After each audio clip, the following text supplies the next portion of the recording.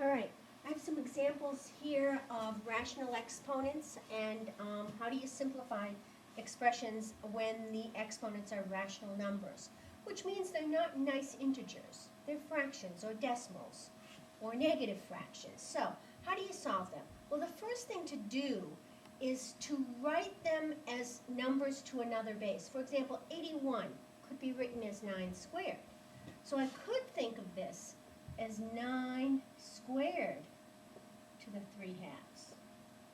Somebody else might say, yeah, but 81 could be written as 3. In fact, it could be 3 to the 4th to the 3 halves. So now you're thinking, well, which one's right and which one's better? When you're simplifying, you want the smallest possible base that you can have. And then solve from there. Now, you know the exponent rules? A power to a power, you multiply these numbers, so I have to think. Let's do a little think balloon here. I have to think 4 times 3 over 2, so that's 6. So this is 3 to the 6th. Well, let's do this one. Suppose I didn't know to use the 3. Again, think balloon and multiply this part here. 3 over 2 times 2 is 3, so I have 9 to the 3rd. And then maybe you did notice, oh, that 9 could be 3 squared. 3 squared to the 3rd. Power to a power, think balloon, 2 times 3, 3 to the 6th.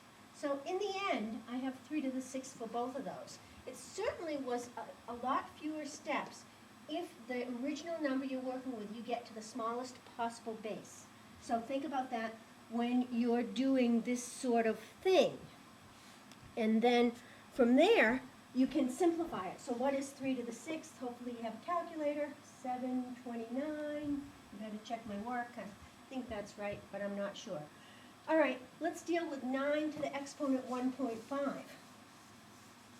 Well, 9 to the 1.5. Could I write that as a fraction? Use your calculator if you don't know, but you should know that 9 to the 3 halves is the same thing as 9 to the 1.5. Now, can I rewrite that 9? Oh yeah, 3 squared to the 3 halves. And what's the rule when you have a power to a power? What do you do with those exponents? In the think balloon, what do you do? Multiply 2 times 3 over 2. 3. So this is 3 to the 3rd, 27. So 9 to the 1.5 is 27. You need to show your work when you do these, so show some sort of moving around with the exponents. All right, this next problem, a lot of work involved in this one. First of all, I'm going to write 81 as 3 to the 4th. So I have 1 over cube root 3 to the 4th. And then what fraction can I use to represent the cube root? Anyone know? Cube root is the 1/3 power. And what did I have to that cube root? 3 to the 4th. And now I have a power to a power. What can I do? 1 over 3 to the 4/3. Power to a power, multiply. All right. Let's make this so that it's not in a fraction. You remember the rule? If I wanted to move this through the fraction bar, I can write it 3 to the negative 4/3. All right. Now, remember this whole thing was to the negative 3/4. What's the rule for power to a power? Multiply. 4/3 times 3/4, 1. Negative times negative, positive. So 3 to the 1. So the answer's 3. Who would have guessed that, right? So you're working with fractional exponents and negative exponents, or rational exponents, I guess is a better term to use. So you have a few more of these to try. And then simplify them as best you can. Okay, I got a few more examples for you. Let's take this one, 8 to the negative 5/3. What do? Take the base, write it as another number. What can it be written as? 2 to the 3rd to the negative 5/3. Power to a power, multiply. 3 times 5/3, 3's cancel. 2 to the negative 5, 1 over 2 to the 5th, 1 over 32. That's the answer for 8 to the 5/3. All right, got a couple more to do here. Here's the value of understanding how to work with rational exponents. The square root of 1/3 times the cube root of 9. Up until today, you couldn't multiply something like this. You could multiply a square root times a square root. For example, if it was square root 1/3 times square root 9, you could do square root 1/3 times 9, which is square root of 3. But we have a cube root of 9 there. Totally different ballgame.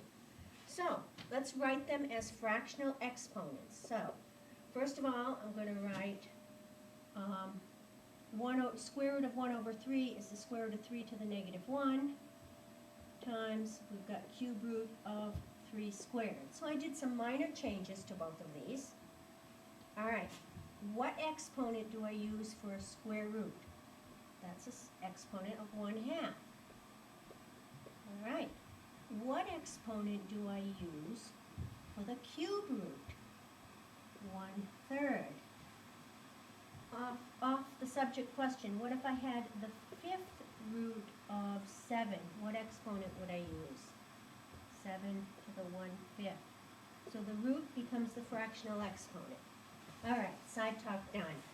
Now, let's simplify this. -1 to the 1/2, multiply, power to a power, multiply the exponents, -1/2. Multiply exponents here. So now, hey, these two bases are the same. If I had this problem before, we do that one. If I gave you 3 squared times 3 to the 5th, what would you say? 3 to the 7th, I hope? Because you add exponents, 2 plus 5, 3 to the 7th. All right, using the same analogy and the same rule, if the bases are the same, I can add the exponents. So this is 3 to some exponent, -1/2 plus 2/3. Oh boy, common denominators here. 3, 3, 2, 2. So -3 plus 4. So that would be 3 to the 1/6. 3 to the 1/6. If I want to put it back in radical form, what root would I put? What would I put right in there? Right in the crease. The 6th. 6th root of 3. All right. Now, if I had 3 to the -1/2 times 4 to the -2/3, can I add the exponents in this case? I hope you said no. The bases have to be the same to add the exponents, okay? So you have to be careful with these. So you'll have some problems. Okay, so doing this problem, let me copy it over here, make it easier. 6x to the 2/3 equals 54. So first step, divide by 6, right? X to the 2/3 equals 9. Now what should I do? Well, I want to solve for x. X equals something. How do I get that exponent of 2/3 to be, what exponent is this? It's a 1. How do I get that to be a 1? Raise it to the 3/2. You can't just go raising one side to the 3/2. Whatever you do on one side, you have to do on the other. So, x to the 2/3 raised to the 3/2 is x. What's 9 to the 3/2? Well, let's do a little step here. Let's make that 3 squared to the 3/2. Oh, boy. 3 to the 3rd. So what does x equal? 27. That wasn't so bad. All right, one more type of solving. This last problem here, I have a quantity to the 2/5 minus 3 equals 1. First thing to do is add 3 to both sides. So now, t minus 4 to the 2/5 equals 4. Let's rewrite that. T minus 4 to the 2/5 equals 4. That 2/5 is a problem. How can I get rid of it? Raise the whole side to what quantity? And whatever I do on one side, I do the other. Do you know the quantity I want to use? Hope you said 5/2. this becomes t minus 4 equals, hey, let's write 4 as 2 squared.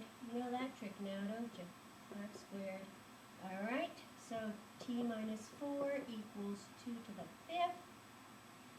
T minus 4 equals 32. T equals 36. So, I think you have enough samples to be able to do the homework assignment. Good luck.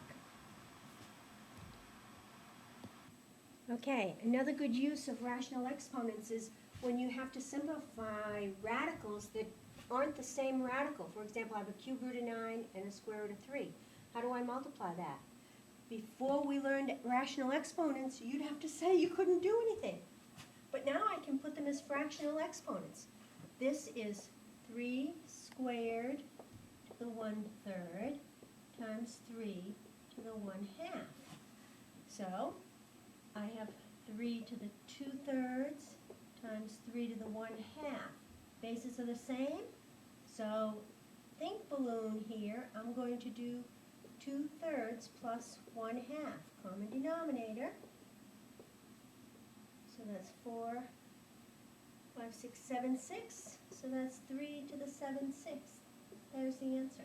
If I wanted it back in radical form, it's the 6th root of 3 to the 7th, or 3 6th root 3. Think about that. Okay, one more, square root of 8. So let's write that as 2 to the 3rd to the 1/2 times 4 is 2 squared to the 1/3. So this is 2 to the 3/2 times 2 to the 2/3. Common denominators again. I have to add my exponents. So that's 9, 4. So that's 2 to the 13/6. So that's the 6th root of 2 to the 13th. Do you know how I got to bring that 3 out? All right, I'm going to do a crazy example. 6th root of 2 to the 13th. That means how many 2's? 13 of them. 5, 6, 7, 8, 9, 10, 11, 12, 13. You don't want to do the problem this way. I'm going to show you the shortcut. Every time I have 6 2's, 1, 2, 3, 4, 5, 6. Because of the 6th root, I can take a 2 out. Oh, I got 6 more. Take another 2 out. What's left? 6th root of 2 inside here, so the answer is 4, 6th root of 2. Now, you can do that in your head, right? How many 2's are there? There are 13, so I have 2 of them are 12, right? So 2 squared and a 2 left over. So you can do these in your head if you want. Here, how many 3's do I have? I have 7 of them, 6 of them. Cancel out, put 1 outside, 1 left inside. So be careful with these. Hopefully you don't have to go writing out all the 2's, but I think you can do those. Good luck.